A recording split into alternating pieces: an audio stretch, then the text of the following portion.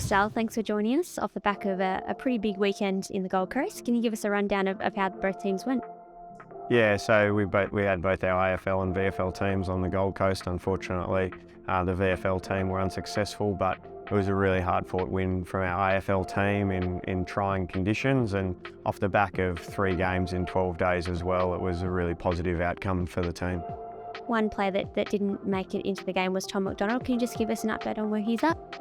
Yeah, Tom had sustained an ankle sprain a couple of weeks ago and was able to get himself up for the Box Hill game for the VFL, and we were confident that he was going to continue to progress to be available for the weekend, but unfortunately just wasn't able to feel comfortable through our main training session. We gave him every opportunity to still get up and play, but just with that ankle sprain, he just still lacked a little bit of what we know is an asset to Tom's game, and so we used the weekend just to allow that to settle, and he'll reintegrate into training with the group this week.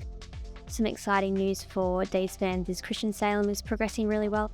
Yeah, Christian's had a fantastic block of reconditioning. He's been back training with the main group for 2 weeks now, completing full sessions, and then match load running on the weekend, and he'll train fully this week and be available for selection.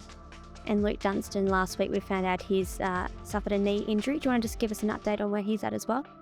Yeah, so Luke unfortunately sustained an MCL strain during that Box Hill game. He's progressed well and will look to integrate into running this week, and we'll progress him session by session, and hopefully we'll have a bit more news on him in the coming days. And just the last two, we've got Kai Turner and Will Verrill. Do you want to just give us an update on where those guys are at? Kai and Will are both progressing through their running progressions really well. They've had a big emphasis on a strength phase, and they've continued to drive forward with their reconditioning at the moment, which is really positive for both of them.